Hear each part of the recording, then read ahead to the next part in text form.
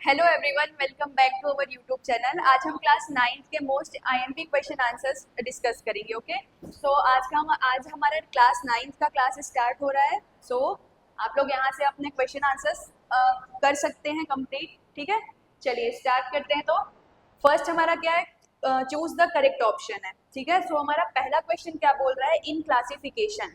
यहाँ आपको पहले समझना है कि क्लासिफिकेशन क्या होता है। ठीक है, अब देखिए क्लासिफिकेशन क्या होता है कि सिमिलर फीचर्स के बेसिस पे, मतलब आप किसी भी लिविंग थिंग या नॉन लिविंग थिंग को सिमिलर फीचर्स के बेसिस पे ग्रुपिंग बनाते हैं, तो इसको हम बोलते हैं क्लासिफिकेशन। ठीक है, तो क्या होता है आपसे पूछा जा रहा है क्लासिफिकेशंस में। देखो 4 स्टेटमेंट आपको दिए गए हैं, इनमें से समझ के बताना है कि कौन सा क्लासिफिकेशन से रिलेटेड है। तो देखो क्लासिफिकेशन में क्या हो रहा है, सिमिलर फीचर्स देख रहे हो आप, सिमिलर फीचर्स के बेसिस पे ग्रुपिंग बना रहे हो। ठीक है, तो जाहिर सी बात है वहां पे आपको क्या देखने को मिलेगा, सिमिलैरिटीज देखने को मिलेंगी। ठीक, सो यहाँ पे देखो हमारा ऑप्शन बी क्या बता रहा है, members of a class share maximum similarities. जो एक क्लास के मेंबर्स होते हैं वो मैक्सिमम सिमिलैरिटीज को क्या करते हैं, शेयर करते हैं। सो ये हमारा क्लासिफिकेशन से रिलेटेड हो जाएगा। ठीक है, चलिए सेकंड क्वेश्चन देखते हैं, होमोजेनियस मिक्सचर इज। तो इन चारों में से आपको बताना है कौन सा होमोजेनियस मिक्सचर होगा। तो पहले समझो होमोजेनियस मिक्सचर क्या होता है। So a mixture where everything is mixed evenly and looks the same throughout. So homogeneous mixture क्या होते हैं, होमोजीनियस मिक्सचर ऐसे मिक्सचर होते हैं जिनमें क्या होता है, पार्टिकल्स आपको दिखाई नहीं देते हैं। मतलब जो कॉम्पोजिशन होता है किसका, सॉल्यूट का। ठीक है, किसी भी सॉल्वेंट में सॉल्यूट का जो कॉम्पोजिशन होता है वो क्या होता है, बहुत ही अच्छे से मिला हुआ रहता है, कॉम्पोजिशन बहुत अच्छा होता है। आपको पार्टिकल्स जो भी सॉल्यूट के होंगे वो दिखाई नहीं देते हैं। तो ऐसा मिक्सचर होता है हमारा होमोजीनियस मिक्सचर। अब इसी का एक और भाई है, क्या है, हीट्रोजीनियस मिक्सचर। सो हीट्रोजीनियस मिक्सचर एक तरह का ऐसा मिक्सचर होता है जिसमें कॉम्पोजिशन इक्वल नहीं होता है। ठीक है, वहां पे आपको पार्टिकल्स दिखाई दे सकते हैं, तो वो हीट्रोजीनियस मिक्सचर हो जाता है। तो यहाँ से आपसे पूछा जा रहा है कि इनमें से होमोजीनियस मिक्सचर क्या होगा। सो ब्रॉन्ज हमारा करेक्ट ऑप्शन हो जाएगा। ब्रॉन्ज होता है एक तरह का होमोजीनियस मिक्सचर, ये होता है कॉपर प्लस टीन से बना होता है। सो कॉपर और टीन के का क्या होता है, एक तरह का होमोजीनियस मिक्सचर होता है ब्रॉन्ज। ओके, चलिए थर्ड क्वेश्चन क्या पूछ रहा है, an object covers same distance in same time interval then its motion is called. एक ऑब्जेक्ट है जो सेम डिस्टेंस कवर कर रहा है सेम टाइम इंटरवल में, सो इसको हम लोग क्या बोलते हैं, ये आपका एक तरह का यूनिफॉर्म मोशन हो जाएगा। ठीक है, सो ये हमारा होता है यूनिफॉर्म मोशन। जो तो और एक होता है हमारा नॉन यूनिफॉर्म मोशन। तो नॉन यूनिफॉर्म मोशन में जो हमारा टाइम इंटरवल होता है वो क्या होता है, सेम नहीं होता, डिफरेंट होता है। ठीक है, सो इसका ऑप्शन हमारा सी करेक्ट हो जाएगा। चलिए नेक्स्ट देखते हैं, फोर्थ हमारा क्वेश्चन क्या बोल रहा है, टिश्यू इज। टिश्यू क्या होता है, तो टिश्यू होता है हमारा एक तरह का ग्रुप ऑफ सेल्स होता है। जब बहुत सारे क्या होते हैं, सेल्स मिल जाते हैं, ग्रुप बना लेते हैं, तो उसे हम क्या बोलते हैं, टिश्यू बोलते हैं। ओके, चलिए molar mass of CH3OH। CH3OH का आपको मोलर मास निकालना है। तो देखो मोलर मास निकलता कैसे है, पहले तो आपको कम से कम 20 या 25 तक क्या होने चाहिए, atomic number with atomic mass लन होने चाहिए। ठीक है, सो जब आप ये लन रखोगे तब आप क्या बता पाओगे, मोलर मास बता पाओगे। देखो पहले कार्बन यूज हुआ है, तो कार्बन का एटॉमिक नंबर 6 होता है और मास कितना होता है, 12। ठीक है, फिर हम क्या करेंगे, प्लस करेंगे। उसके बाद यहाँ पे टोटल हाइड्रोजन कितना है, 3 हाइड्रोजन ये हो गया और 1 हाइड्रोजन ये हो गया, मतलब टोटल 4 हाइड्रोजन है। और हाइड्रोजन का मास कितना होता है, 1 इंटू कितने हाइड्रोजन है, 4 हाइड्रोजन है, प्लस उसके बाद हमारा क्या है, ऑक्सीजन है। तो ऑक्सीजन भी एक ही है और ऑक्सीजन का मास कितना होता है, 16। ठीक, सब इसको हम क्या कर देंगे, सॉल्व कर देंगे। 16 है ना, तो ये हो जाएगा हमारा 2 और 3। तो ये हमारा हो जाएगा 32U। जब आप इसको पूरा सॉल्व करेंगे तो ऑप्शन हमारा ए क्या हो जाएगा, करेक्ट हो जाएगा। CH3OH का मोलर मास क्या होगा, 32U निकलेगा आपका। ओके, चलिए सिक्स्थ क्वेश्चन देखते हैं, the formation of hydrogen chloride with the help of hydrogen and chlorine represents the following reaction. हमने रिएक्शंस का टाइप पढ़ा हुआ है, कॉम्बिनेशन पढ़ा है, डिस्प्लेसमेंट पढ़ा है। ठीक है, उसके बाद डिकम्पोजिशन पढ़ा है, डबल डिस्प्लेसमेंट पढ़ा है। तो हमने बहुत सारे क्या पढ़े हुए हैं, रिएक्शंस पढ़े हुए हैं टाइप, ठीक है। सो यहाँ पे आपको एक रिएक्शन दिया गया है हाइड्रोजन क्लोराइड का फॉर्मेशन।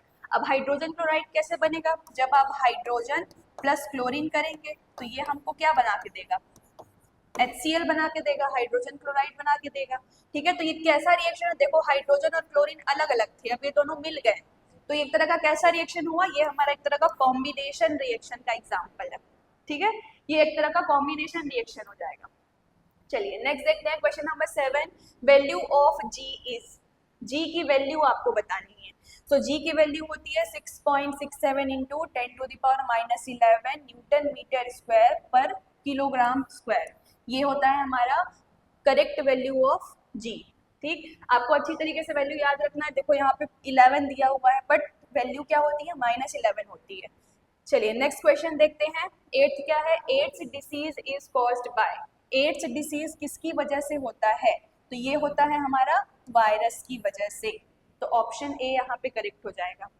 ओके चलिए क्वेश्चन नंबर 9 देखते हैं, the relation between velocity frequency and wavelength of a transmitted wave. यहाँ पे हमें वेलोसिटी, फ्रीक्वेंसी और वेवलेंथ में क्या करना है, रिलेशन बताना है, ठीक है। अब वेवलेंथ को डिनोट किया जाता है लैम्डा से, ठीक है। वेलोसिटी को आप v से डिनोट करते हैं, फ्रीक्वेंसी होता है हमारा न्यू, ऐसा शेप बनता है, वो v शेप सेम हो गया है। सो इन तीनों में रिलेशन क्या होता है, ऑप्शन बी हो जाएगा हमारा करेक्ट आंसर, ठीक है। देखें ऑप्शन बी क्या दिया हुआ है, v इक्वल्स टू, ये होता है म्यू लैम्डा। सो जो हमारी वेलोसिटी होती है वो क्या होती है, फ्रीक्वेंसी और वेवलेंथ का मल्टीपल होती है, तो ऑप्शन बी हो जाएगा करेक्ट, ठीक। चलिए क्वेश्चन नंबर 10 देखते हैं, वैलेंसी ऑफ कार्बन इज। अब वैलेंसी क्या होती है, वैलेंसी का मतलब आपके किसी भी जो आपका आउटर मोस्ट सेल होता है उसमें कितने इलेक्ट्रॉन्स हैं, ठीक है, या फिर वो कितना इलेक्ट्रॉन गेन कर रहा है या वो कितना इलेक्ट्रॉन लूज कर रहा है, ये कौन बताता है, हमें वैलेंसी बताती है। सो कार्बन की वैलेंसी कितनी होती है, 4, आउटर मोस्ट सेल में 4 इलेक्ट्रॉन आते हैं। ओके चलिए फिल इन द ब्लैंक से स्टार्ट करते हैं। फर्स्ट क्वेश्चन हमारा क्या है, dash and dash tissues are used for movement and support of various organs of body. So support provide करती है कौन कौन सी, पहली आपकी है मस्क्यूलर और सेकेंड आती है कनेक्टिव, ये दोनों टिश्यूज है मस्क्यूलर और कनेक्टिव टिश्यू जो क्या करती हैं, सपोर्ट प्रोवाइड करती हैं। सेकेंड क्या है हमारा, in a chemical equation substances towards the left side of arrow are called dash and substances towards right side are called product. देखो हमने रिएक्शन पढ़ा हुआ है, केमिकल रिएक्शन में 2 साइड्स होते हैं, ठीक है, जैसे हमारा A प्लस B है, ये दोनों मिल के क्या बना रहे हैं, C प्लस D बना रहे हैं, ठीक।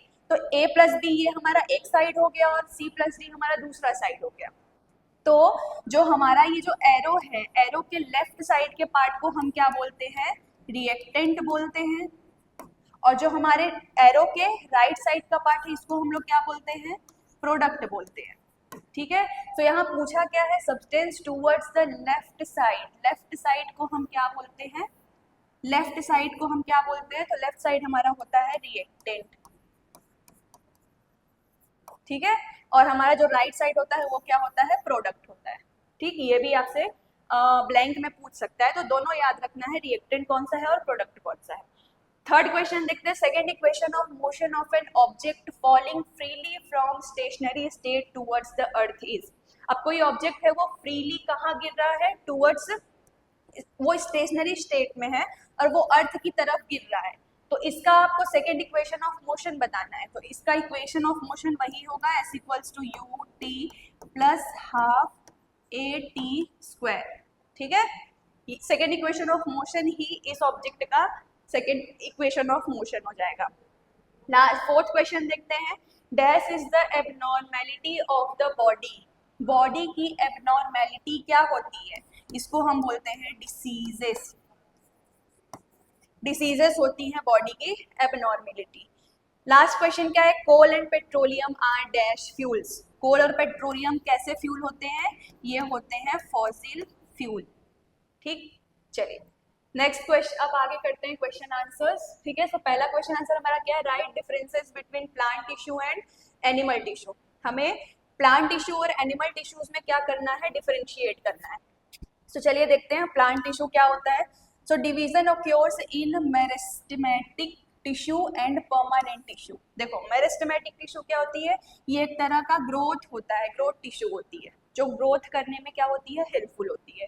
ठीक है, सो यहाँ पे जो प्लांट टिश्यू में जो डिवीजन होता है वो मेरिस्टेमेटिक और परमानेंट टिश्यू के अंदर होता है, लेकिन एनिमल टिश्यू में किसी भी तरह का डिवीजन नहीं होता। ठीक है, सेकेंड क्या बोला जा रहा है, more number of dead cells are there for support. यहाँ पे सपोर्ट के लिए बहुत सारी क्वांटिटी में क्या होते हैं, डेड सेल्स होते हैं, बल्कि यहाँ पे जो सपोर्ट के लिए कैसे सेल्स होते हैं, यहाँ पे लिविंग सेल्स होते हैं सपोर्ट के लिए। ठीक है, थर्ड क्या है, लेस एनर्जी इज रिक्वायर्ड। यहाँ पे एनर्जी की कम रिक्वायरमेंट होती है और यहाँ पे रिक्वायर्ड मोर एनर्जी, यहाँ पे मोर एनर्जी की रिक्वायरमेंट होती है। लास्ट क्या है, देयर कंस्टिट्यूएंट्स इज सिंपल और देयर कंस्टिट्यूएंट्स इज कॉम्प्लिकेटेड। इनके जो कंस्टिट्यूएंट्स होते हैं वो कैसे होते हैं, सिंपल होते हैं, और यहाँ पे आपको क्या होगा, कॉम्प्लिकेटेड होते हैं। ठीक है, सो और ये मेरिस्टेमेटिक का मतलब क्या है, ये तरह का ग्रोथ टिश्यू होता है। ठीक है, जहाँ पे प्लांट टिश्यूज में क्या होता है, डिवीजन होता है। चलिए नेक्स्ट क्वेश्चन देखते हैं हमारा क्या है, डिफाइन द फॉलोइंग। इनका आपको क्या करना है, डेफिनेशन लिखना है। तो पहला हमारा क्या है, फ्रीक्वेंसी, और सेकंड क्या पूछा जा रहा है, टाइम पीरियड। सो फ्रीक्वेंसी क्या होती है, देखो द वाइब्रेशंस ऑफ पार्टिकल्स। जैसे आपने कोई पार्टिकल लिया है, समझ लो ये कोई पार्टिकल है, इस पार्टिकल का वाइब्रेशन होता है, तो पर सेकेंड में ये कितना वाइब्रेट हुआ। ठीक है, so the vibrations of particle of medium पर सेकेंड इज कॉल्ड फ्रीक्वेंसी। ये पार्टिकल पर सेकेंड में दिया हुआ है, यहाँ पे पर सेकेंड में इस पार्टिकल का जितना वाइब्रेशन होगा उसको हम लोग क्या बोलते हैं, इसकी फ्रीक्वेंसी बोलेंगे। ठीक है, फ्रीक्वेंसी को रिप्रेजेंट किससे किया जाता है, न्यू से। देखो यहाँ न्यू लिखा हुआ है, न्यू आप ऐसे भी बना सकते हैं। ठीक, सो फ्रीक्वेंसी को हम लोग रिप्रेजेंट करते हैं न्यू से, और जो भी पार्टिकल है उसका पर सेकेंड में जितना वाइब्रेशन हो रहा है उसको हम लोग बोलते हैं फ्रीक्वेंसी। ठीक है, चलिए सेकंड डेफिनेशन देखते हैं। टाइम पीरियड क्या होता है, time taken by the particles of medium one complete vibration is called time period. It is represented by capital T. So देखो हमने वाइब्रेशन समझा, मतलब फ्रीक्वेंसी हमने देखी।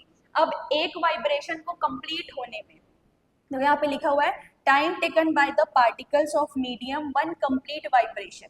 एक पूरा वाइब्रेशन कंप्लीट होने में जितना टाइम लगता है उसे हम लोग क्या बोलते हैं, टाइम पीरियड बोलते हैं। ठीक है, और इसको डिनोट करते हैं कैपिटल टी से। देखो ये हमारा एक तरह का वेव दिया हुआ है। ठीक है, इस वेव में तुमको दिख रहा है ये हमारा यहाँ से यहाँ तक क्या हो रहा है, एक वाइब्रेशन कंप्लीट हो रहा है। देखो ये हमने स्टार्ट किया और यहाँ पे हमने एंड कर दिया, ये तुम्हारा हो जाएगा ड्रॉप।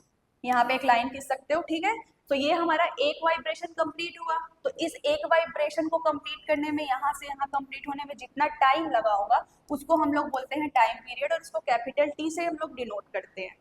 ठीक है, अब देखो फ्रीक्वेंसी का एक यहाँ पे रिलेशन भी दिया हुआ है। फ्रीक्वेंसी क्या होती है, 1/टाइम पीरियड। ये फॉर्मूला आप याद रखना है। इस फॉर्मूले से बहुत सारे कुछ न्यूमेरिकल्स भी बन सकते हैं। जैसे किसी क्वेश्चन में आपको फ्रीक्वेंसी दी गई है, टाइम पीरियड निकालना है, तो आप इस फॉर्मूले को लगा के 1/टाइम पीरियड से निकाल सकते हो टाइम पीरियड। और अगर आपको टाइम पीरियड दिया हुआ है तो आप क्या निकाल सकते हो, उस पार्टिकल की या उस ऑब्जेक्ट की फ्रीक्वेंसी निकाल सकते हो। ठीक है, चलिए नेक्स्ट देखते हैं। क्वेश्चन नंबर 4 क्या है, what are the living components without which we can not survive. अब ऐसे आपको लिविंग कंपोनेंट्स बताने हैं जिसके बिना आप सर्वाइव नहीं कर सकते। सो क्या क्या हो सकते हैं, वो क्या है, फूड है, फ्रूट्स है, हर्ब है। ठीक है, वुड, फ्लावर्स हो गए, मास्क हो गए। अब ये poisons of snake and spider etcetera क्या है, ये सब हमारे उसमें मेडिसिन में यूज होता है। तो ये कुछ ऐसी चीजें हैं जिसके बगैर हम सर्वाइव नहीं कर सकते हैं। ओके, चलिए नेक्स्ट देखते हैं। Question number 5, explain colloids with example. Colloid क्या होता है। ठीक है, देखिए कोलाइड क्या होता है, कोलाइड को आप ऐसा मिक्सचर समझ सकते हैं। कोलाइड एक ऐसा मिक्सचर होता है जिसमें ना ही पार्टिकल्स पूरी तरह से घुले हुए होते हैं और ना ही पार्टिकल्स दिखाई देते हैं। ठीक, जैसे एक एग्जाम्पल हम समझते हैं, मिल्क सबसे अच्छा एग्जाम्पल है कोलाइड का। अब जैसे आप पानी में दूध मिला रहे हैं, हमें पता चल रहा है कि पानी में दूध मिला हुआ है, दिख रहा है कि वहां पे दूध मिला हुआ है, लेकिन हमें वहां पे पार्टिकल्स दिखाई देते हैं क्या, नहीं दिखाई देते। आप इसको छान भी सकते हैं। जैसे देखो कोलाइड्स जो होते हैं, कोलाइड है, सोल्यूशन है, हम लोग इनको छान सकते हैं, लेकिन जो हमारा सस्पेंशन होता है, सस्पेंशन का एग्जांपल क्या हो जाएगा, जैसे आप कोई वाटर कोई वो ले रहे हैं बीकर, उसमें वाटर डाला है हमने और उसमें हमने क्या डाल दिया है, कुछ रेत या मिट्टी डाल दिया है, कुछ कीचड़ डाल दिया है, तो ये हमारा होता है एक तरह का सस्पेंशन, ठीक है। और सस्पेंशन को हम छान नहीं, मतलब छानोगे तो वो आपका अच्छी तरीके से छनेगा नहीं, तो वो सस्पेंशन होता है। चलो इसको बाद में देखेंगे, पहले कोलाइड पढ़ लेते हैं। मैंने बताया कोलाइड को अगर सिंपली समझा जाए तो कोलाइड क्या है, कोलाइड एक ऐसा मिक्सचर होता है जिसमें ना ही पार्टिकल्स पूरी तरह से घुले हुए होते हैं और ना ही पार्टिकल्स दिखाई देते हैं, ठीक है। देखो, colloids are not a matter but these are heterogeneous mixtures. देखो अभी हमने सबसे पहले ही पढ़ा है, पहले ही सेकेंड करेक्ट ऑप्शन में हमने पढ़ा था होमोजीनियस और हेट्रोजीनियस मिक्सचर क्या होता है। तो हेट्रोजीनियस मिक्सचर ऐसा मिक्सचर होता है जिसमें पार्टिकल्स दिखाई दे, बट यहाँ कोलाइड में क्या होता है, पार्टिकल्स बहुत छोटे होते हैं, आपको उसको देखने के लिए माइक्रोस्कोप की जरूरत पड़ेगी, ठीक है। आर हेट्रोजीनियस मिक्सचर है in which the size of solute particles lies between that of particles in a true solution. देखो यहाँ पे पार्टिकल्स का जो साइज है, size of solution, sorry solute, जो साइज ऑफ सोल्यूट है, सोल्यूशन आप बना रहे हैं, कोई मिक्सचर बना रहे हैं, तो उसमें सॉल्वेंट होगा और सोल्यूट होगा, ठीक है। यहाँ पे जो सोल्यूट पार्टिकल्स का जो साइज होता है, ठीक है, वो साइज कितने में लाई करता है, 10⁻⁻7 सेंटीमीटर टू 10⁻⁻5 सेंटीमीटर के बीच, इस बीच में साइज होता है। तो सोचिए साइज कितना छोटा है। अब जैसे आप पानी में मिल्क बना रहे हैं तो आपको मिल्क के पार्टिकल्स नहीं दिख रहे हैं ना, वो पार्टिकल्स इतने छोटे हैं, अगर आप उसको क्या करेंगे, माइक्रोस्कोप से देखेंगे तब वो दिखाई देगा। Its colloidal solute particles are invisible. ये क्या होते हैं, इनविजिबल होते हैं, नेक्ड आई से हम इन्हें नहीं देख सकते, naked eye can be seen by a microscope, ठीक है। हमें किसकी जरूरत पड़ती है, माइक्रोस्कोप की जरूरत पड़ती है।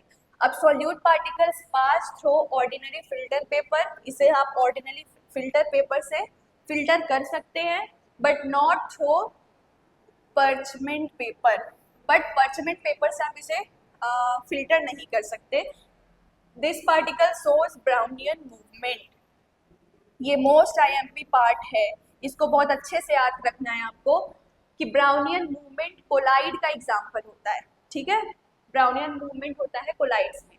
अब इससे एग्जाम्पल क्या होगा, जैसे आपका स्टार्च सोल्यूशन है, ब्लड है, मिल्क है, गम है, ये सब एग्जाम्पल किसके होते हैं, कोलाइड्स के एग्जाम्पल होते हैं, ओके। अब टू टाइप के कोलाइड्स है, कौन कौन से, लियोफिलिक कोलाइड होता है और लियोफोबिक कोलाइड होता है, ठीक। लियोफिलिक कोलाइड क्या होता है, ये ऐसे कोलाइड या ऐसे सोल्यूशन होते हैं या ऐसे मिक्सचर होते हैं जो इजिली सोल्यूशन बना लेते हैं, ठीक है। और जो हमारे लियोफोबिक है, ये इजिली सोल्यूशन नहीं बनाते। जैसे पढ़ो, देखो, the colloids in which dispersed phase by coming into contact is dispersion medium only forms colloidal solution instantly called lyophilic colloids. जो हमारा सोल्यूशन बन रहा है वो इंस्टेंटली बन रहा है, बहुत ही इजीली और बहुत ही जल्दी बना लेते हैं, इसको हम बोलते हैं लियोफिलिक, ठीक है। जैसे स्टार्च है, गम है, ये हमारा एक तरह का लियोफिलिक कोलाइड है। अब लास्ट क्या बोल रहा है, लियोफोबिक कोलाइड्स, ये कैसे होते हैं, it does not form colloidal solution immediately, ये जल्दी से नहीं बनाते हैं सोल्यूशन, ठीक है। इसलिए ये हमारे लियोफोबिक हो गए। अब एग्जांपल जैसे solution of sulphides and oxides of gold and arsenic. अब जैसे गोल्ड और आर्सेनिक है, उनके साथ आप सोल्यूशन बना रहे हैं सल्फाइड और ऑक्साइड का, ये हमारा जल्दी नहीं बनेगा, इमीडिएटली प्रोसेस ये नहीं होगा, ठीक है। इसलिए हम लोग इसको क्या, तो ये हमारा क्या हो गया, लियोफोबिक हो गया, ठीक। लियोफिलिक फोबिक याद रखना, ये तुरंत इंस्टेंट सोल्यूशन देंगे, और जो लियोफोबिक है वो इमीडिएटली प्रोसेस नहीं होता है, ठीक है। चलिए नेक्स्ट क्वेश्चन देखते हैं, क्या है question number 6, right all the 3 equations of motion and state the meaning of their symbols. आपको तीनों इक्वेशंस ऑफ मोशन को लिखना है और उसमें बताना है कि कौन सी चीज किस चीज को रिप्रेजेंट करती है, ठीक है। हमारा फर्स्ट इक्वेशन ऑफ मोशन क्या होता है, v equals to u plus a t. Second क्या है हमारा, s equals to u t plus half a t square. और थर्ड क्या है हमारा, v square equals to u square plus 2a s। अब इन सब में कौन सी चीज क्या है वो देख लेते हैं। जैसे देखो यहाँ पे V और U है, मान लिया जाए कोई ऑब्जेक्ट है, वो पॉइंट ए से चलना स्टार्ट कर रहा है और पॉइंट बी पे पहुंच रहा है, तो इसकी अगर हम वेलोसिटी की बात करेंगे, ठीक है, तो ये इनिशियल वेलोसिटी हो गई जो कि u होती है। किसी भी ऑब्जेक्ट की इनिशियल वेलोसिटी को हम u से रिप्रेजेंट करते हैं और उसकी फाइनल वेलोसिटी को हम v से रिप्रेजेंट करते हैं, ठीक है। तो यहाँ पे v हमारा फाइनल वेलोसिटी है, u इनिशियल वेलोसिटी है, a सबको पता है एक्सेलरेशन है और t क्या है, टाइम है। सेम वैसा ही यहाँ पे s हमारा क्या हो जाता है, डिस्टेंस हो जाता है, डिस्टेंस ट्रेवल। आपने जितना जो भी ऑब्जेक्ट है उसने जितना भी डिस्टेंस ट्रेवल किया होगा वो होता है s। u यहाँ पे भी क्या है, इनिशियल वेलोसिटी है, t टाइम है, a एक्सेलरेशन है, ठीक है। v final velocity, u initial velocity, a acceleration और s distance travel by an object, ठीक है। तो ये हमारा क्या हो गया, नोटेशन हो गया कि किसको क्या बोला जाता है, और तीनों इक्वेशन ऑफ मोशन आपको अच्छी तरीके से पढ़ के जाना है। चलिए नेक्स्ट देखते हैं, calculate the unit mass value of following ionic compounds. ये कुछ आपको आयनिक कंपाउंड दिए गए हैं, इनका आपको क्या निकालना है, यूनिट मास वैल्यू निकालनी है, ठीक है। यूनिट मास वैल्यू कैसे फाइंड करते हैं, चलिए देखते हैं, ठीक है। सो यूनिट मास वैल्यू कैसे निकालोगे आप, देखो फर्स्ट हमको क्या दिया गया है, Na2O।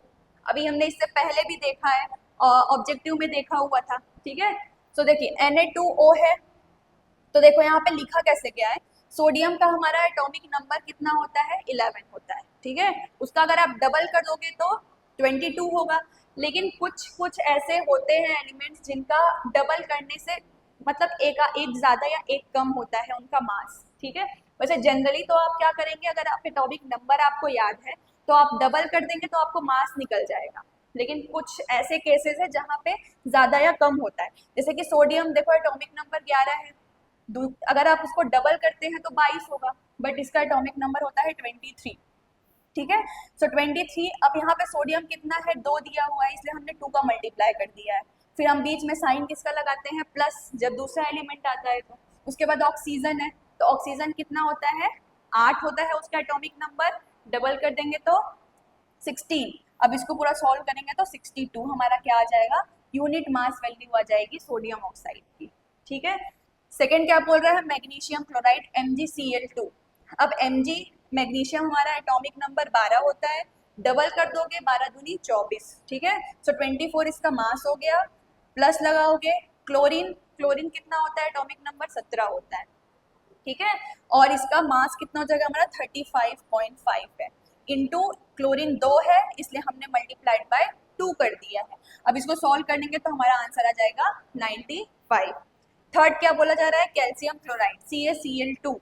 अब Ca कैल्शियम का हमारा एटॉमिक मास कितना है, 40 है, प्लस लगाया, क्लोरीन का तो सेम है, क्लोरीन देखो 35.5 उसका मास, और मल्टीप्लाइड बाय 2 क्योंकि 2 क्लोरीन के हमने यहाँ पे एटम यूज किए हैं, ठीक है। सो इसको सॉल्व करेंगे तो आंसर हमारा कितना आ जाएगा, 111 मीन्स 111, ठीक है। लास्ट कितना क्या बोला गया है, कैल्शियम ऑक्साइड। कैल्शियम ऑक्साइड में कैल्शियम का हमारा मास कितना है 40, ऑक्सीजन का मास कितना है 60, जब इसको आप प्लस कर देंगे तो 56 हमारा क्या आ जाएगा आंसर। तो इस तरह से आप यूनिट मास वैल्यू किसी भी कंपाउंड का निकाल सकते हैं, बस आपको क्या याद होना चाहिए, एटॉमिक या तो आपको एटॉमिक नंबर याद हो, उसका डबल कर लो मास आ जाएगा, बट कुछ स्पेसिफिक जिनका मास जैसे कि सोडियम है तो आप डबल करेंगे तो 22 है, बट उसका मास 23 होता है, तो ऐसे एक बार जाके पीरियोडिक टेबल में देख लो, ठीक है। चलिए नेक्स्ट देखते हैं क्वेश्चन। अगला क्वेश्चन हमारा क्या है, इस क्वेश्चन थोड़ा गलत हो गया ये, यहाँ पे आपको क्या करना है, ये जो तीनों दिख रहे हैं ना, 2 मेथिल ब्यूटेन, प्रोप 1 आइन और पेन 2 इन, क्वेश्चन क्या था, ये हमारा क्वेश्चन थोड़ा गलत है, ठीक है, इस क्वेश्चन को छोड़ दो।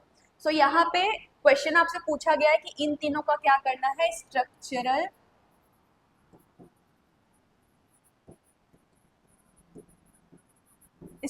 फॉर्मूला बनाना है, वो क्वेश्चन गलत है, वो क्वेश्चन पहला वाला ही रिपीट हो गया है।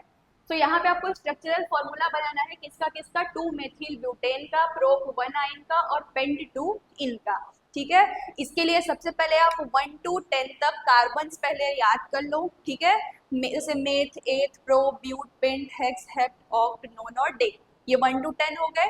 अब आपको देखना है, जैसे देखो नाम आप नेमिंग कैसे करोगे, ये स्ट्रक्चर तो मैंने बना के लगा दिया है, मैं आपको एक बार बनाना सिखाती हूँ कि आप बनाओगे कैसे। देखो 2 मेथिल ब्यूटेन है, सबसे पहले पीछे देखो ब्यूटेन लगा हुआ है, ब्यूट का मतलब कितने कार्बन होते हैं, काउंट कर लो, मेथ, एथ, प्रो, ब्यूट, ब्यूट का मतलब 4 कार्बन, तो मैंने क्या लिख लिया, 4 कार्बन लिख लिया।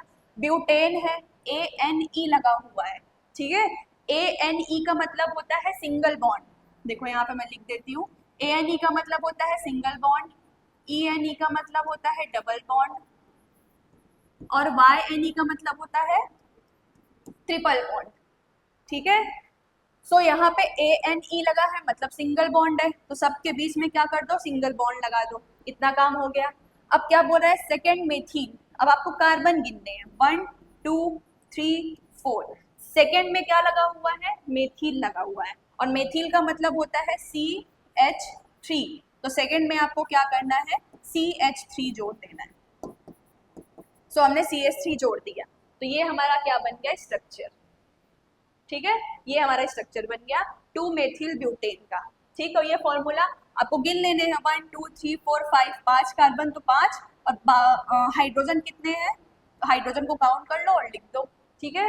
सेकंड क्या बोला है, प्रोप 1 आइन, अब देखो यहाँ पे YNE यूज हुआ है, YNE का मतलब ट्रिपल बॉन्ड, ठीक है, और प्रोप है, प्रोप का मतलब 1 2 3 कार्बन, फर्स्ट प्रोप 1 आइन है, 1 आइन है इसलिए हमने पहले कार्बन में ट्रिपल बॉन्ड लगाया है, ठीक है। और अभी हमने पढ़ा हुआ है कि कार्बन की वैलेंसी कितनी होती है, 4 होती है, तो उसको 4 ही इलेक्ट्रॉन वो शेयर करेगा, तो 1 2 3 बॉन्ड इधर बन गया और एक बॉन्ड ये हो गया, इसकी 4 वैलेंसी कंप्लीट हो गई, ठीक है। वैसे ही 3 बॉन्ड इधर और एक बॉन्ड इधर, 4 इसका भी कंप्लीट हो गया, ठीक। लास्ट क्या बोला है, पेंट 2 इन, देखो इन का मतलब डबल बॉन्ड, ठीक है, इनका मतलब डबल बॉन्ड है, और पेंट, पेंट का मतलब 5 कार्बन, ठीक है, 5 कार्बन हो गए, पेंट 2 इन बोला गया है, मतलब 1 2 3 4 5, ठीक। सेकेंड कार्बन में हमारा क्या होगा, डबल बॉन्ड होगा, तो हमने सेकेंड कार्बन में डबल बॉन्ड लगा दिया, और वैलेंसी के अकॉर्डिंग हमको हाइड्रोजन जोड़ देना है, ठीक है। चलिए नेक्स्ट देखते हैं, क्वेश्चन हमारा क्या है, explain the process of degradation. देखो डिग्रेडेशन का मतलब क्या होता है, तोड़ना, ठीक है। जो हमारे क्या होते हैं, वेस्ट प्रोडक्ट होते हैं, वेस्ट फ्रूट हैं, वेस्ट वेजिटेबल्स हैं, जो हमारे वेस्ट चीजें हैं उनको क्या करना, वो धीरे धीरे क्या होती है, सिंपलेस्ट सब्सटेंस में टूटती है या फिर सिंपलेस्ट पार्ट में टूटती है, तो ये प्रोसेस ही क्या होता है, इसको हम लोग बोलते हैं डिग्रेडेशन। अब एक बार इसको रीड करते हैं तो प्रोसेस समझ में आ जाएगा क्या है। So the waste product of fruits and vegetables after some time degraded, ठीक है, डिग्रेडेड मतलब खराब हो जाता है या वो टूटने लगता है, ब्रेक होने लगता है, ठीक है, किसके हेल्प से, the process of degradation is completed by the help of micro organism. अब ये जो प्रोसेस होता है, जो डिग्रेडेशन का प्रोसेस है, इसमें हेल्प कौन करता है, माइक्रो ऑर्गेनिजम्स के हेल्प से, जो आपका वेस्ट प्रोडक्ट वो किस में टूट, वो मतलब सिंपलेस्ट सब्सटेंस में टूटता है या ब्रेक होता है, ठीक है। So during this process micro organisms are converted complex organic compounds into simpler form. अब जैसे हमारा ये देखो, ये कोई वेस्ट है मान लेते हैं, ठीक है, ये कोई वेस्ट है, अब हमने इसको बहुत दिनों से ऐसे कहीं पे बंद करके रखा हुआ है, अब यहाँ पे माइक्रो ऑर्गेनिजम्स है, तो माइक्रो ऑर्गेनिजम्स क्या करेंगे, ये आपका क्या है, कॉम्प्लेक्स ऑर्गेनिक कंपाउंड है, ठीक है। अब इस कॉम्प्लेक्स ऑर्गेनिक कंपाउंड को क्या करेगा, सिंपलेस्ट फॉर्म में तोड़ेगा, कौन तोड़ेगा, माइक्रो ऑर्गेनिजम्स ब्रेक करते हैं, ठीक है, हेल्प करते हैं उसको सिंपलेस्ट फॉर्म में टूटने में। सो इसी प्रोसेस को हम क्या बोलते हैं, degradation. So this process is called degradation and the waste is called biodegradable waste, और जो हमको यहाँ से वेस्ट मिलेगा उसको हम बोलते हैं बायोडिग्रेडेबल वेस्ट, ठीक है। चलिए नेक्स्ट पे है हमारा बाइनोमियल, ठीक है। देखो binomial system of nomenclature, on this basis how we will write the name of organism, give 2 examples. देखो बाइनोमियल नोमेनक्लेचर क्या था, इसमें आप कैसे, आपके क्या स्टेप्स हैं, किनके थ्रू आप नेमिंग करेंगे, वो सारी चीजें हम लोग पढ़ेंगे। सो कैरोलस लीनियस, ठीक है, ये साइंटिस्ट का नाम है जिन्होंने पहली बार क्या किया था, बाइनोमियल सिस्टम को बताया था, ठीक है। सो कैरोलस लीनियस क्या है, Carolus Linnaeus for the first time wrote about binomial nomenclature, इन्होंने फर्स्ट टाइम बाइनोमियल नोमेनक्लेचर के बारे में बताया था इन हिज बुक, कौन सी बुक थी, सिस्टेमा नेचुरा। इस बुक में इन्होंने पहली बार बाइनोमियल नोमेनक्लेचर का जिक्र किया था। इन बाइनोमियल नोमेनक्लेचर में अब होता क्या है, the first name is the generic name, जो फर्स्ट नेम होता है, बाइनोमियल नोमेनक्लेचर में दो नाम होते हैं, इसीलिए हमने इसको बाइनोमियल बोला है, ठीक है। सो जो फर्स्ट नेम होता है वो जेनेरिक नेम होता है और जो सेकेंड नेम होता है उसको स्पेसिफिक नेम कहते हैं, ठीक है। So in this system each organism is having two names, दो नेम होते हैं हर ऑर्गेनिजम्स के। सो इसलिए हम क्या बोलते हैं, इसको बाइनोमियल नोमेनक्लेचर कहते हैं, ठीक है। For example the scientific name of frog, जैसे फ्रॉग का साइंटिफिक नेम क्या है, राना टिग्रीना है। देखो दो नेम मिला हुआ है, राना टिग्रीना दो से मिला हुआ है, इसमें जो हमारा राना है वो क्या है, वो जेनेटिक नेम है, सॉरी जेनेरिक नेम है, ठीक है, और जो टिग्रीना है वो क्या है, स्पेसिफिक नेम है, ठीक है। सो बाइनोमियल नोमेनक्लेचर में जनरली दो नेम होते हैं, पहला आपका जेनेरिक होता है, दूसरा क्या होता है, स्पेसिफिक नेम होता है, ठीक। सो रिजल्ट अब आप कैसे लिखेंगे, जो हम नेम दे रहे हैं उस नेम को लिखा कैसे जाता है, उसके भी कुछ स्टेप्स है। जैसे first, each organism should have two names, first is the name of genus, जो फर्स्ट नेम होता है वो जीन्स का नेम होता है, जेनेरिक नेम, और सेकेंड नेम क्या होता है, स्पीसीज होता है, स्पेसिफिक नेम होता है, ठीक है। सेकेंड स्टेप क्या है, the scientific names of organism should be written in English in slanting alphabets, slanting alphabets मतलब तिरछा लिखा जाता है, ठीक है। थर्ड है generic name is written first and then the specific name, पहले हम क्या लिखेंगे, जेनेरिक नेम लिखेंगे, उसके बाद हम क्या लिखेंगे, स्पेसिफिक नेम लिखेंगे। फोर्थ क्या है हमारा, the first alphabet of generic name should be in capital letters में होना चाहिए, the rest should be in small letter. जैसे आपका इंग्लिश का रूल है, आप कोई भी वर्ड लिखते हैं, लेटर लिखते हैं, तो फर्स्ट जो वर्ड होता है आपके लेटर का फर्स्ट वर्ड, उसको आप क्या करते हैं, कैपिटल लेटर्स में लिखते हैं, और उसके बाद के सारे क्या होते हैं, स्मॉल लेटर्स में। सो वही रूल यहाँ पे भी आपको फॉलो करना है, ठीक है। अब कुछ एग्जांपल्स दिए हुए हैं, जैसे ह्यूमन है, तो ह्यूमन का नाम क्या, साइंटिफिक नेम या बाइनोमियल सिस्टम में नेम देखें तो वो क्या होता है, होमोसेपियंस होता है। स्पैरो का क्या होता है, पासेर डोमेस्टिकस होता है, और लायन का क्या होता है, पैंथेरा लियो होता है, ठीक है। चलिए नेक्स्ट क्वेश्चन देखते हैं। सो ये हमारा आज का लास्ट क्वेश्चन भी है, differentiate between monocot and dicot. आपको मोनोकोट और डाइकोट में क्या करना है, डिफरेंशिएट करना है दोनों को, ठीक है। तो कुछ बेसिस है, जैसे कि रूट है, स्टिम है, लीफ है, फ्लावर है, सीड है, इन सब के बेसिस पे हम इसमें क्या कर सकते हैं, डिफरेंशिएट कर सकते हैं। सो फर्स्ट हमारा क्या है, एडवेंशियस रूट। इस एडवेंशियस इसको आप समझ सकते हैं, फाइब्रस रूट हमने पढ़ा है, फाइब्रस रूट और टैप रूट हमने पढ़ा हुआ है। फाइब्रस रूट वो होते हैं जिनमें आपको बहुत सारे रेसे दिखाई देते हैं, और टैप रूट में एक मेन रूट होता है, ठीक है। सो मोनोकोट क्या होता है, एक तरह का फाइब्रस रूट इसमें प्रेजेंट होते हैं, ठीक है, और डाइकोट में टैप रूट प्रेजेंट होते हैं, ठीक है। स्टेम की बात करेंगे तो स्टेम इज क्या होता है, अनब्रांच्ड होता है यहाँ पे, और नॉट वुडी, ठीक है, और यहाँ पे जो स्टेम होते हैं वो ब्रांच्ड होते हैं। उसके बाद vascular bundles are scattered in cortex. Vascular bundle मतलब हमने जाइलम और फ्लोएम पढ़ा है, ये एक तरह का क्या होता है, ट्रांसपोर्ट करता है तुम्हारे प्लांट्स में, ठीक है। सो आर स्कैटर्ड होते हैं यहाँ पे, और यहाँ पे प्रेजेंट होते हैं इन रिंग्स में, ये जो वस्कुलर बंडल्स हैं वो रिंग्स में प्रेजेंट होते हैं यहाँ पे। थर्ड क्या बोल रहा है ये, cambium is absent in vascular bundles. यहाँ पे जो कैम्बियम होता है वो एब्सेंट होता है, और यहाँ पे जो कैम्बियम क्या है, प्रेजेंट होता है, ठीक है। लीफ की बात करें अगर, तो लीव्स यहाँ पे क्या होते हैं, लेमिना इज नैरो, मतलब पतले होते हैं यहाँ, और यहाँ क्या होते हैं, ब्रॉड होते हैं, ठीक है। लीव्स कंटेन पैरेलल वेनेशन, ये कैसे वेनेशन होते हैं इनमें, पैरेलल। अब वेनेशन का मतलब जो आपके लीफ में लाइनिंग दिखती है उसको वेनेशन कहते हैं। सो यहाँ पे पैरेलल वेनेशन देखने को मिलता है, और यहाँ पे रेटिकुलेट वेनेशन देखने को मिलता है, ठीक। फोर्थ देखते हैं फ्लावर के बेसिस पे, तो flower floral parts are present in 3 whorls. अब 3 वॉल्स का मतलब 3 के मल्टीपल, जैसे 3 होगा, 6 होगा, 9 होगा, तो 3 के मल्टीपल्स में फ्लोरल पार्ट यहाँ पे प्रेजेंट होते हैं, और यहाँ पे 4 और 5 के मल्टीपल्स में फ्लोरल पार्ट यहाँ पे प्रेजेंट होते हैं, ठीक है। और लास्ट क्या है हमारा, सीड। सीड इज सीड हमारा क्या होता है, मोनोकोटिलेडॉन्स होता है, और यहाँ पे डाइकोटिलेडॉन्स होता है। मोनोकोटिलेडॉन्स का मतलब जो हमारे सीड्स होते हैं उनमें जो पत्तियां निकलती हैं वहाँ यहाँ पे एक ही निकलेगी, मोनोकोटिलेडॉन्स, और यहाँ पे डाइकोटिलेडॉन्स का मतलब सीड में जो पत्तियां हैं वो डबल निकलेंगी, ठीक है। चलिए, तो आज की क्लास हमारी यहीं पे खत्म होती है। हम जल्दी से ही दूसरी वीडियो भी लाने की कोशिश करेंगे, और आप अच्छी से अपनी पढ़ाई करते रहिए। Thank you so much for watching.